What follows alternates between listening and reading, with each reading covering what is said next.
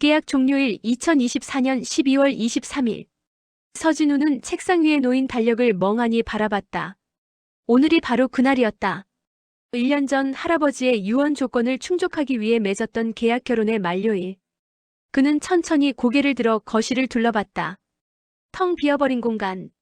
어제까지만 해도 그녀가 앉아있던 소파, 그녀가 좋아하던 라벤더 향초, 아침마다 그녀가 끓여주던 커피 향기. 모든 것이 사라졌다. 한서연. 1년 전 공증인 앞에서 무표정하게 서류에 서명했던 그 여자. 조건은 명확했다. 1년간 부부로서 함께 살고 외부에는 완벽한 부부를 연기하며 계약 종료 후엔 깨끗하게 헤어진다. 위자료 30억. 그녀는 한치의 망설임도 없이 동의했다. 감정은 개입하지 않겠습니다. 걱정 마세요, 서 대표님. 차갑게 말하던 그녀의 목소리가 귓가에 맴돌았다.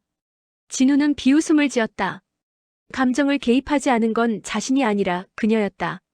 아니, 적어도 그는 그렇게 믿고 있었다. 365일 동안 같은 공간에서 숨을 쉬고 같은 식탁에서 밥을 먹고 때로는 사람들 앞에서 손을 잡았지만 그녀는 단 한 번도 선을 넘지 않았다. 철저했다. 너무나도. 그런데 이상했다. 가슴이 텅 빈 것 같은 이 느낌은 뭘까? 손끝이 차가운 건 겨울 날씨 때문만은 아닌 것 같았다. 드디어 자유네요, 서 대표님. 떠나기 전날 밤 그녀가 미소 지으며 했던 말. 그 미소는 진짜였을까 연기였을까? 진우는 주먹을 쥐었다. 계약은 끝났다. 이제 그녀를 찾을 이유도 붙잡을 명분도 없었다. 하지만 그의 심장은 처음으로 정직하게 속삭이고 있었다. 나는 그녀 없이 살 수가 없다.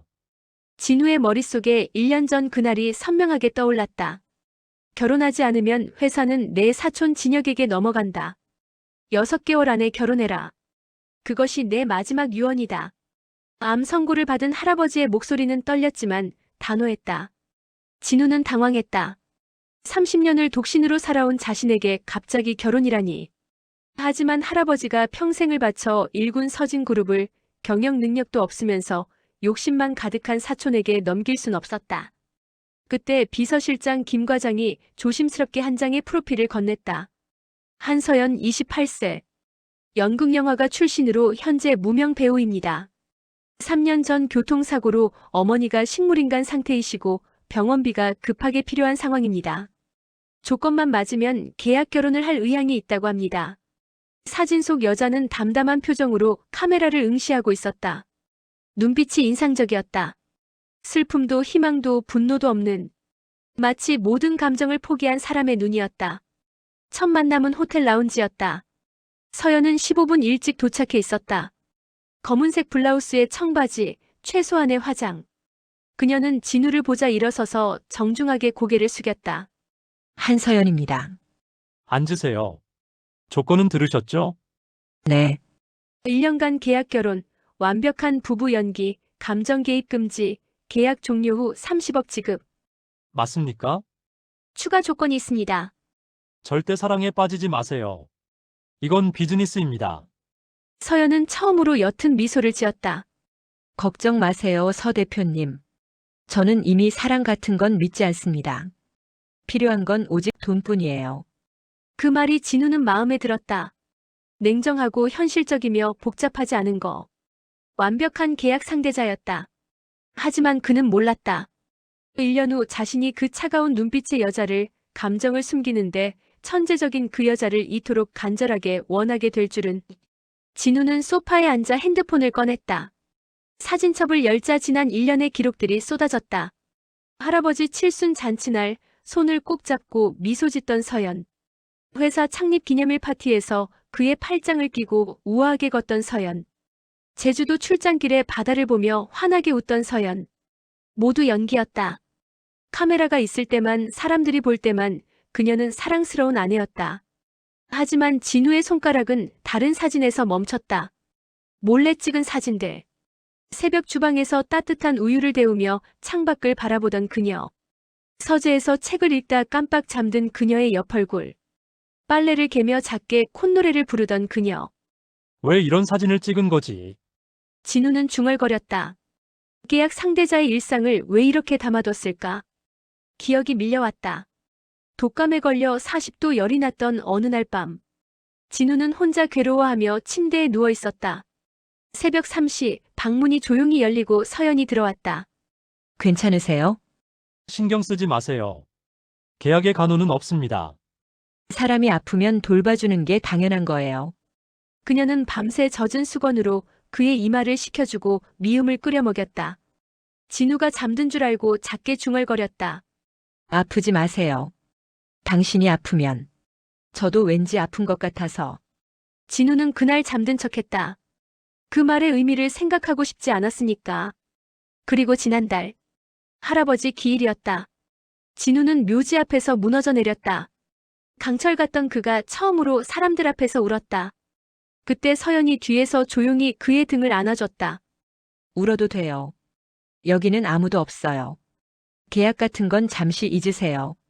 그녀의 품은 따뜻했다. 라벤더 향이 났다. 진우는 그날 처음 깨달았다. 이 여자가 자신에게 얼마나 큰 위로인지를. 하지만 그는 그 감정을 인정하지 않았다. 인정하면 안 됐다. 계약은 계약이니까. 감사합니다, 서연 씨. 별 말씀을요, 대표님.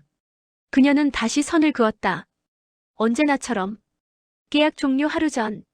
진우는 늦은 밤 집에 돌아왔다. 거실에 불이 켜져 있었다. 서연이 소파에 앉아 캐리어를 정리하고 있었다. 아직 안 주무셨어요? 내일 일찍 떠날 거라서요.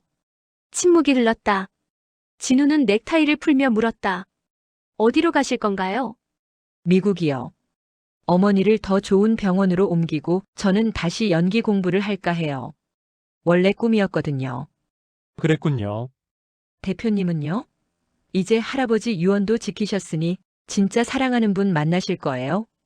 서연의 목소리는 평온했다. 하지만 그녀의 손이 미세하게 떨리고 있다는 걸 진우는 놓치지 않았다. 글쎄요. 사랑 같은 건 제게 어울리지 않아서. 저도요. 우린 비슷한 사람인가 봐요. 서연이 일어서서 진우에게 다가왔다. 그녀는 작은 상자를 그의 손에 쥐어줬다. 결혼 1주년 선물이에요. 계약상으론 필요 없지만 그래도 1년 동안 고생하셨어요, 대표님. 진우는 상자를 열었다. 은색 커프스 버튼이었다. 심플하지만 세련된 디자인. 그의 취향을 정확히 아는 물건이었다. 감사합니다. 저야말로 감사했어요. 어머니를 살릴 수 있었으니까. 서연은 마지막으로 환하게 웃었다. 하지만 그 미소 뒤에 무언가가 숨어 있었다. 슬픔, 미련. 진우는 알 수 없었다. 그럼 안녕히 계세요. 서진우 대표님. 아니, 이제는 그냥 서진우 씨. 그녀는 돌아서서 자신의 방으로 걸어갔다. 진우는 그녀를 붙잡고 싶었다. 가지 마세요. 당신이 필요합니다. 당신 없이는 못 살 것 같습니다. 하지만 그 말들은 목구멍에서 맴돌다 사라졌다. 계약은 계약이었다. 그는 그녀에게 자유를 주기로 약속했다. 방문이 닫히는 소리가 들렸다. 진우는 손안에 커프스 버튼을 꽉 쥐었다. 그날 밤 그는 처음으로 깨달았다. 자신이 얼마나 큰 실수를 하고 있는지를. 1년이 흘렀다. 진우는 세계적인 CEO가 되었다. 서진그룹은 아시아 1위 기업으로 성장했다. 모든 것을 가진 남자. 하지만 그의 집은 여전히 텅 비어 있었다. 회장님, 오늘도 서울대병원에 가시는 겁니까? 비서 김 과장이 조심스럽게 물었다. 진우는 고개를 끄덕였다. 한서연 씨 어머니 병실이죠? 매주 가시는데. 왜 본인에게는 연락하지 않으십니까? 그럴 자격이 없으니까. 진우는 창밖을 바라봤다. 서연은 미국으로 떠났다. 하지만 그녀의 어머니는 여전히 서울에 계셨다. 진우는 매주 병원을 찾아 간병비를 지불하고 최고의 의료진을 붙여드렸다. 서연 몰래. 그 여자는 아직도 절 미워할까요? 미워하시다뇨? 마지막 날. 나는 아무 말도 하지 않았어요. 그냥 보냈죠. 감정이 없는 척, 상처받지 않은 척. 진우의 목소리가 떨렸다. 그날 이후 그는 사설 탐정을 고용했다. 서연의 소식을 알고 싶었다. 보고서에 따르면 그녀는 LA에서 작은 극단에 들어가 연기를 하고 있었다. 주말엔 한인 식당에서 아르바이트를 했다. 30억을 받았는데도 검소하게 살고 있었다. 어느 날 진우는 LA로 날아갔다. 그녀가 공연하는 극장 앞에서 숨어서 기다렸다. 공연이 끝나고 서연이 나왔다. 그녀는 여전히 아름다웠다. 하지만 뭔가 달라져 있었다. 더 야위었고 눈빛은 더 쓸쓸해 보였다. 진우는 다가가려다 멈췄다. 그때 한 남자가 서연에게 다가갔다. 꽃다발을 건네며 환하게 웃었다. 서연도 미소 지었다. 진우의 가슴이 찢어지는 것 같았다. 그녀는 행복해 보여. 나 없이도. 그는 돌아섰다. 한국으로 돌아왔다. 하지만 오늘 김 과장이 급하게 들어왔다. 회장님, 한서연 씨가 한국에 돌아왔습니다. 어머니 상태가 안 좋아서요. 지금 서울대병원에 계십니다. 진우의 심장이 멈췄다. 그는 뛰쳐나갔다. 운전기사도 없이 직접 운전해서 병원으로 향했다. 복도를 뛰어가 중환자실 앞에 섰다. 그리고 그녀를 봤다. 한서연. 창백한 얼굴로 유리창 너머 어머니를 바라보고 있었다. 그녀는 울고 있었다. 진우가 한 번도 본 적 없는 모습이었다. 서연 씨, 그녀가 돌아봤다. 눈이 마주쳤다. 2년 만이었다. 왜 여기 있어요? 어머니 병원비. 제가 계속 지불하고 있었습니다. 서연의 눈이 커졌다. 무슨 소리예요? 미안해요. 당신 몰래 했어요. 하지만 나는 당신을 놓을 수 없었어요. 진우의 목소리가 떨렸다. 2년 동안 꽁꽁 숨겨뒀던 감정이 터져나왔다. 계약은 끝났잖아요. 서연이 차갑게 말했다. 알아요. 하지만 내 마음은 끝나지 않았어요. 당신이 떠난 그날부터, 아니, 어쩌면 처음 만난 그날부터 나는 당신을 사랑했던 것 같아요. 거짓말. 거짓말 아니에요. 나는 바보였어요. 사랑을 사랑이라고 인정하지 못한 겁쟁이였죠. 하지만 이제는 알아요. 당신 없는 내 인생은 의미가 없다는 걸. 서연의 눈에서 눈물이 흘러내렸다. 나도 알고 있었어요. 뭐라고요? 대표님이 나를 보는 눈빛. 내 손을 잡을 때의 떨림. 아플 때 밤새 깨어있던 것. 다 알고 있었어요. 하지만 나도 겁쟁이였어요. 계약이 끝나면 버림받을까봐 먼저 떠났어요. 진우는 그녀를 껴안았다. 서연은 그의 품에서 소리내어 울었다. 이제 어떻게 해요? 2년이나 허비했는데. 다시 시작하면 돼요. 이번엔 진짜로. 계약 없이. 진우는 주머니에서 작은 상자를 꺼냈다. 2년 전 샀지만 줄 용기가 없었던 반지. 한서연, 나와 결혼해 줄래요? 이번엔 진짜 결혼. 서연은 울면서 고개를 끄덕였다. 중환자실 유리창 너머 의식을 되찾은 어머니가 미소 지으며 두 사람을 바라보고 있었다. 얼음처럼 차가웠던 계약은 끝났다. 이제 시작되는 건 뜨거운 사랑이었다. 사랑은 계약서에 적히지 않는다. 하지만 가슴에 새겨진다. 영원히. 오늘 이야기는 여기까지입니다. 좋아요는 작가에게 큰 힘이 됩니다. 댓글로 여러분의 생각을 들려주세요.